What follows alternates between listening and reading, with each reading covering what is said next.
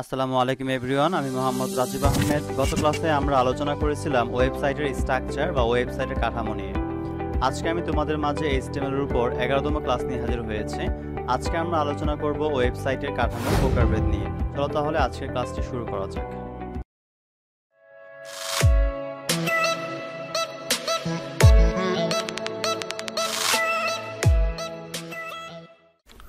10 নম্বর ক্লাসটিতে মূলত আমি আলোচনা করেছিলাম ওয়েবসাইটের কাঠামো কি সেটা নিয়ে। আজকে আমরা এই ক্লাসে দেখব ওয়েবসাইটের কাঠামোর প্রকারভেদ। ওয়েবসাইটের কাঠামোর প্রকারভেদকে বিভিন্ন দৃষ্টিকোণ থেকে ভাগ করা যায়। যদি আমরা বৈশিষ্ট্যের দিক থেকে ভাগ করি, সেক্ষেত্রে আমরা বলতে পারি যে ওয়েবসাইটের কাঠামোকে 4 ভাগে ভাগ করা যায়।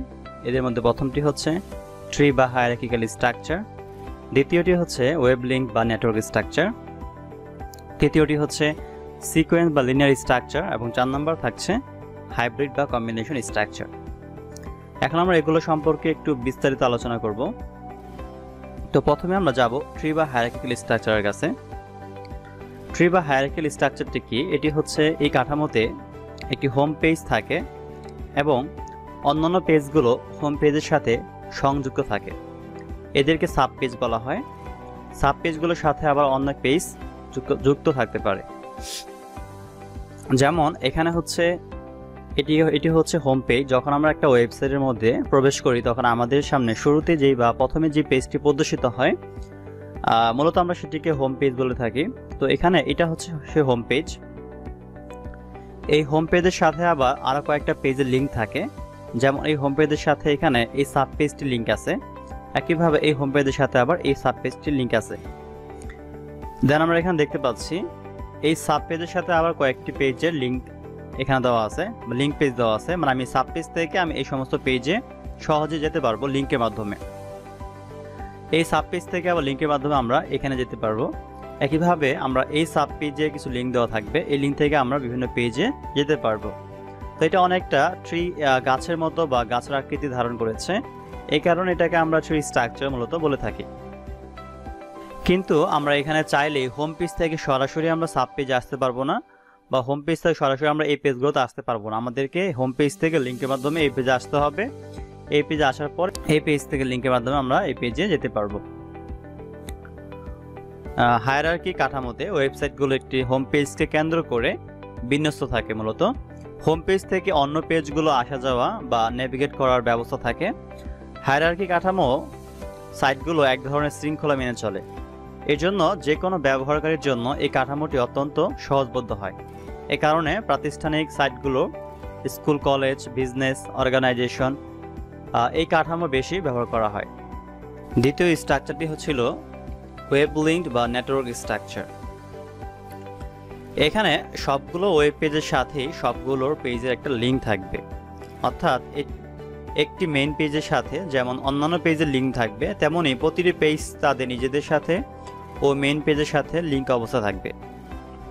যেমন এখানে এটি হচ্ছে আমাদের একটা মেইন পেজ যদি আমরা ধরি, বিবেচনা করি, আর এগুলো হচ্ছে তার সাব পেজ। তো এই মেইন পেজের সাথে হচ্ছে প্রত্যেকটা পেজের একটা লিঙ্ক থাকবে। আমি এই হোম পেজ থেকে এই পেজ আসতে পারবো, হোম পেজ থেকে এই পেজ আসতে পারবো, হোম পেজ থেকে অর্থাৎ পেজ 3 থেকে আমি পেজ 1, 2, 4 and 5 পেজে আমরা যেতে পারবো। একইভাবে আমরা এই পেজ 1 থেকে আমরা পেজ 2 যেতে পারবো, বা হচ্ছে পেজ 1 থেকে আমরা পেজ 4 যেতে পারবো। তো এটাকে হচ্ছে বলা হয় লিঙ্কড স্ট্রাকচার বা নেটওয়ার্ক স্ট্রাকচার। এখানে বিষয়টি আরো ক্লিয়ার করে দেখানো হয়েছে। যেমন আমি এই পেজ থেকে চাইলে প্রত্যেকটা পেজে যেতে পারবো, ভিজিট করতে পারবো। এই পেজ থেকে এই পেজের মধ্যে এই পেজে লিঙ্ক দেওয়া আছে, একইভাবে এই পেজে আবার এই পেজে লিঙ্ক দেওয়া আছে। দেন এই পেজ থেকে আমি চাইলে আসতে পারবো এই পেজে, আবার এই পেজ থেকে এই পেজে, আবার এই পেজ থেকে আমি চাইলে এই পেজে আসতে পারবো। অর্থাৎ এখানে প্রত্যেকটা পেজ থেকে প্রত্যেকটা পেজে সহজেই ভ্রমণ করা যাবে। সুতরাং ওয়েব লিঙ্ক কাঠামোয় সাইটের ওয়েব পেজগুলো প্রত্যেকের সঙ্গে সংযোগ বা লিঙ্ক থাকে। ফলে যে কোনো পেজ থেকে যে কোনো পেজে আসা যাওয়া করা সম্ভব হয়। অনেক সময় এই কাঠামোর সাইটগুলোয় অন্য সাইটের ওয়েব পেজের লিঙ্ক বা সংযোগ থাকে। ক্ষেত্র বিশেষে নেটওয়ার্ক কাঠামোর সাইটগুলো বেশ জটিল আকার ধারণ করতে পারে। সাধারণ ব্যবহারকারীদের জন্য এই কাঠামো ব্যবহার করা বেশ জটিল বলে এই কাঠামো দিয়ে তৈরি সাইটের প্রচলন সেরকম নেই বললেই চলে।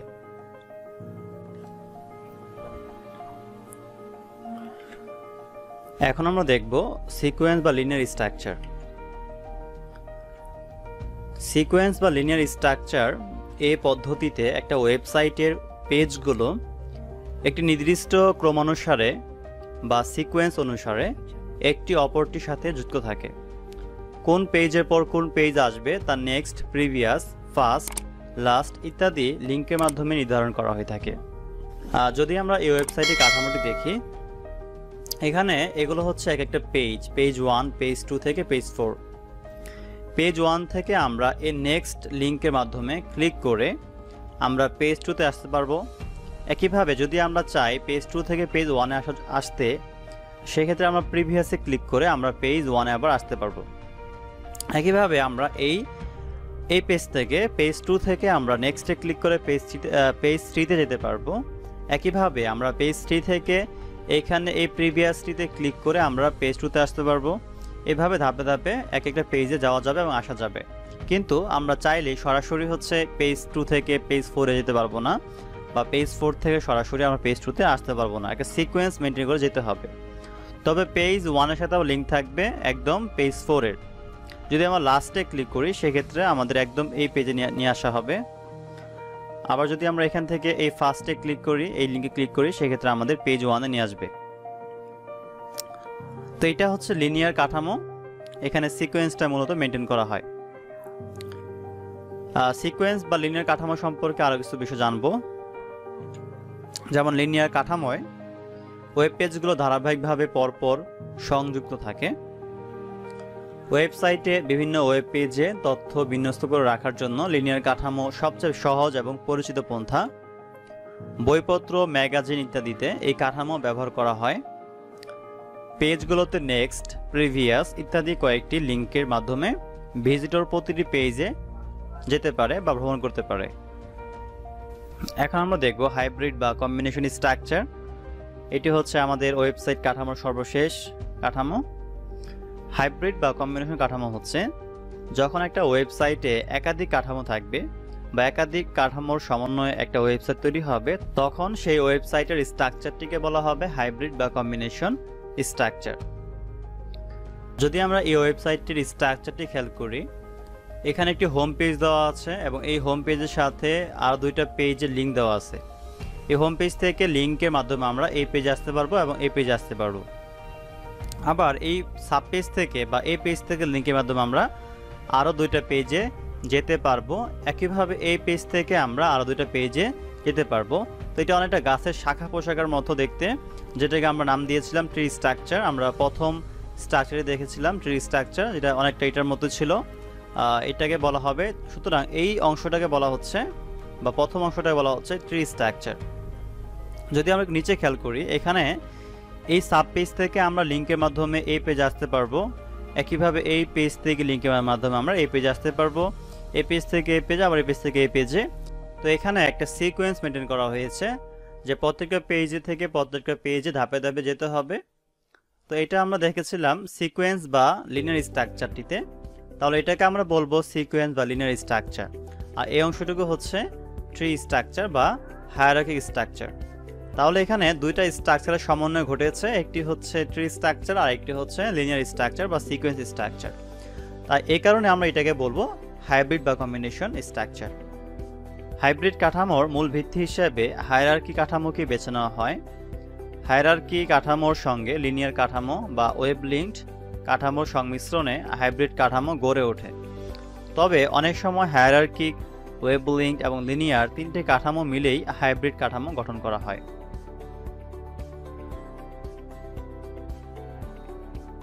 সুতরাং যে ওয়েবসাইটে একাধিক ভিন্ন কাঠামো থাকে তাকে কম্বিনেশনাল বা হাইব্রিড ওয়েবসাইট বলে। বিশাল আকৃতি ও জটিল ওয়েবসাইট তৈরিতে এই কাঠামো বেশি ব্যবহৃত হয়।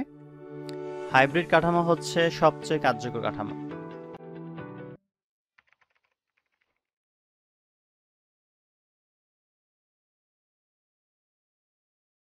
Thanks for staying with me for so long. You can let me know any problems you have in my Facebook group. Also, if you like the video, share it with your friends and stay with me by subscribing to the channel. See you in the next video. Thank you.